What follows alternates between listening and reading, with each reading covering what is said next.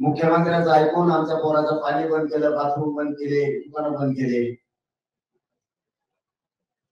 त्या बीएमसीच्या पोरांना तिथं जमलेलं आहे आणि आणखी पुढे जमले सीएसटी बस जमलेल्या पोरांना विनंती होऊ दे हाल बघू किती दिवस आपले हाल करतात। आता isakal.com आहे देशातील नंबर 1 ची मराठी न्यूज वेबसाईट। प्रत्येक अपडेटसाठी isakal.com ला नक्की भेट द्या।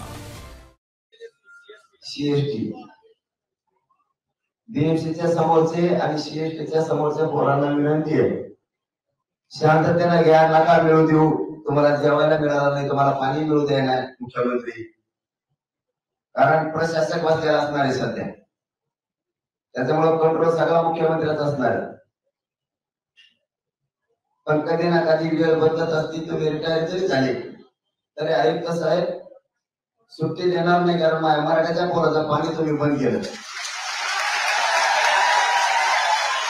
तुम्हाला वाटत असेल की नोकरीला मला तुम्ही काही करीत नाही, पण चांगल्या चांगल्याला जिरलेली आहे, तर तुमचं काहीच विषय नाही। कधी ना कधी बदल होत असतो, त्या टायमाला सगळा हिशोब होणार आहे। त्यांचं नाव फक्त लिहून बीएमसी आयुक्त कोण आहे, आपल्याला कामाला येईल, 10 वर्षांना 20 वर्षांना रिटायर झाल्यावर का होईना।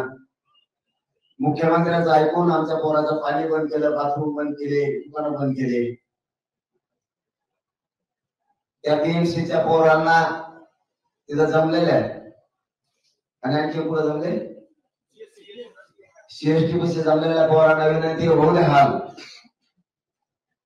बघू किती दिवस आपले हाल करतात। तुम्ही आपला आझाद मैदानाला या, तिथं शांतता ठेवा।